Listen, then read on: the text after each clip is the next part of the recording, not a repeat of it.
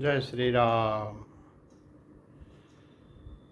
आज सुबह से मेरे दिमाग में एक बात चल रही है कि मुक्ति क्या है।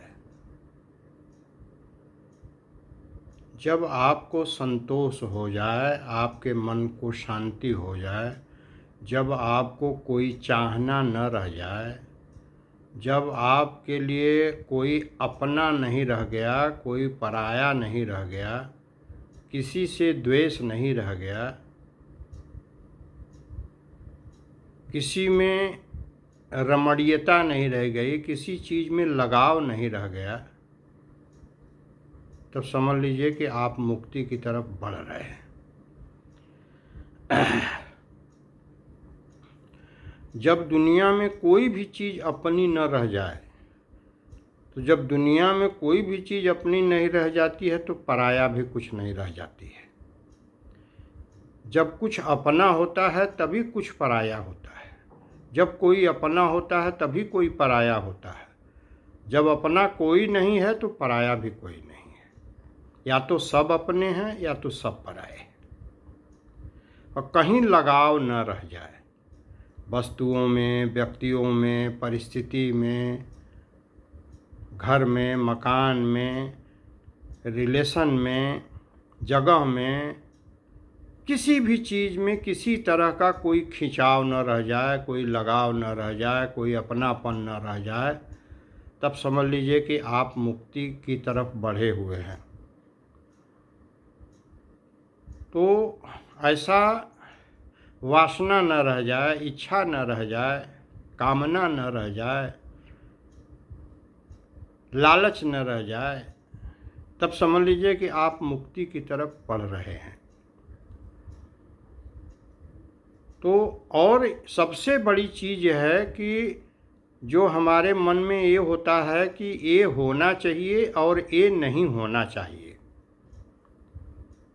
ये बात मैं अपनी नहीं कह रहा हूँ, ये बात मैं स्वामी राम सुखदास जी की कह रहा हूँ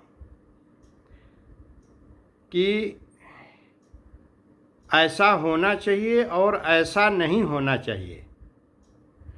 जब तक ये भावना बनी हुई है तब तक समझ लीजिए कि आपको मुक्ति नहीं है। यदि आप संसार में कोई परिवर्तन चाहते हैं, व्यक्ति में कोई परिवर्तन चाहते हैं, परिस्थिति में कोई परिवर्तन चाहते हैं और चाहते हैं कि ऐसा होना चाहिए, ऐसा नहीं होना चाहिए, ये गलत है, ये सही है, तब तक आप संसार में फंसे रहेंगे।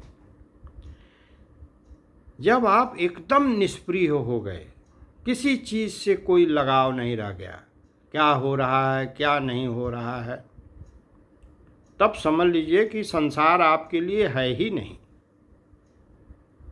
जब संसार में कोई आकर्षण न रह जाए, किसी से घृणा न रह जाए, किसी से लगाव न रह जाए, तब समझ लीजिए कि आप मुक्ति की तरफ बढ़ रहे हैं।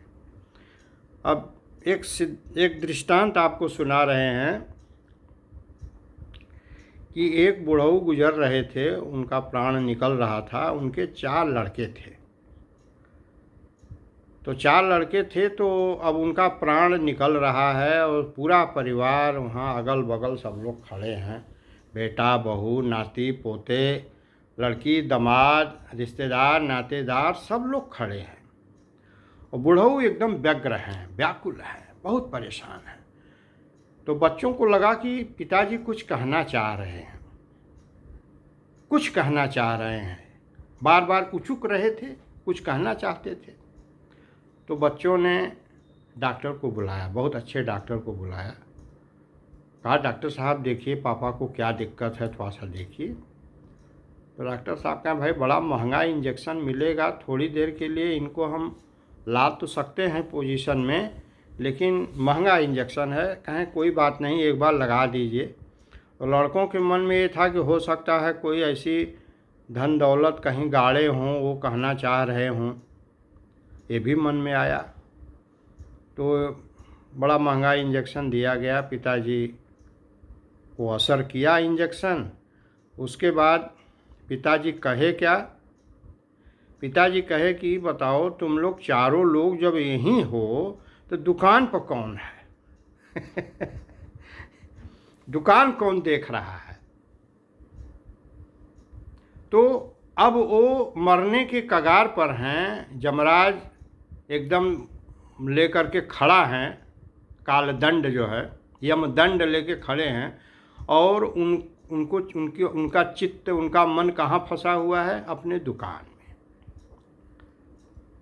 तो हम कितना फंसे हुए हैं ये हम अपने से ही अपना आकलन करें।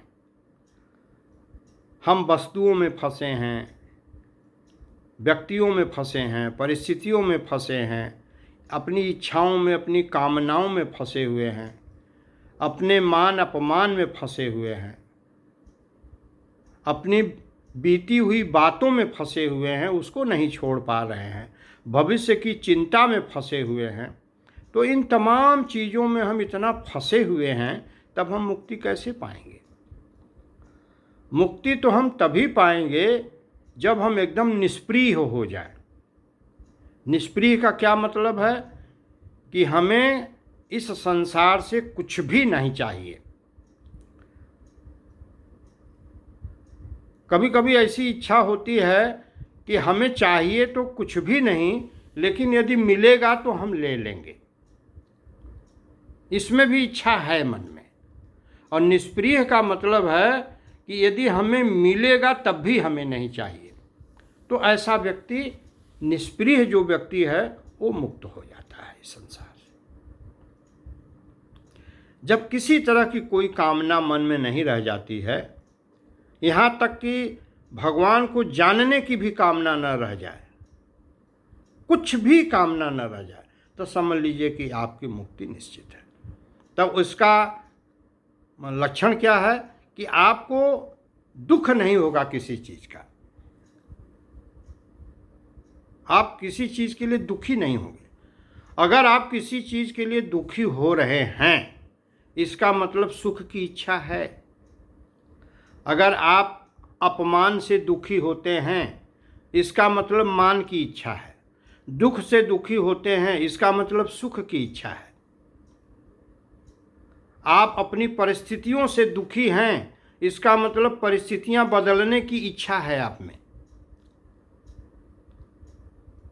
परिवार से दुखी हैं, आपके मन में है कि हमारा परिवार हमको अच्छा नहीं मिले, हमारे भाई बंधु हमको अच्छे नहीं मिले, लोग हमको नहीं अच्छे मिले, पास पड़ोस के लोग हमको अच्छे नहीं मिले, तो इसका मतलब कि दुख है आपके अंदर। तब मुक्ति कहाँ है? जब आप सर्वविध संतुष्ट रहेंगे, कोई कामना नहीं रह जाएगी, एकदम निष्प्रिय हो जाएंगे, कर्तव्य कर्म अपना करते रहिए, लेकिन उसके फल का भी लगाव न हो किसी भी तरह से, फल का लेश मात्र इच्छा न हो कि हमको ये फल मिल जाए। यहाँ तक कि वो अगर फल मिले भी तो उसका भी त्याग कर दे, उसके प्रति भी जरा सा आकर्षण न रह जाए, तब समझ लीजिए कि अब आप मुक्ति के कगार पर हैं। जब संसार की कोई ख्वाहिश न रह जाए। एक संत की लाइन हमें याद है कि हम खुदा थे गर न होता दिल में कोई मुद्दा, ख्वाहिशातों ने हमारी हमको बंदा कर दिया। हम तो खुदा ही थे, लेकिन यदि कोई ख्वाहिश हमारे अंदर न होती तो। ये किसी संत की वाणी है। तो कोई ख्वाहिश न रह जाए। क्या मांगता तू इष्ट से, तू इष्ट का भी इष्ट है, पर चाह करके भ्रष्ट है। चाह जो है यही सबसे बड़ा दुख है, कामना। तो चाह गई चिंता गई मनुआ बेपरवाह, जिनको कछु न चाहिए सोई शाहंशाह। शाहंशाह वही है जिसको कोई चाहना न रह गई हो। जय श्री राम।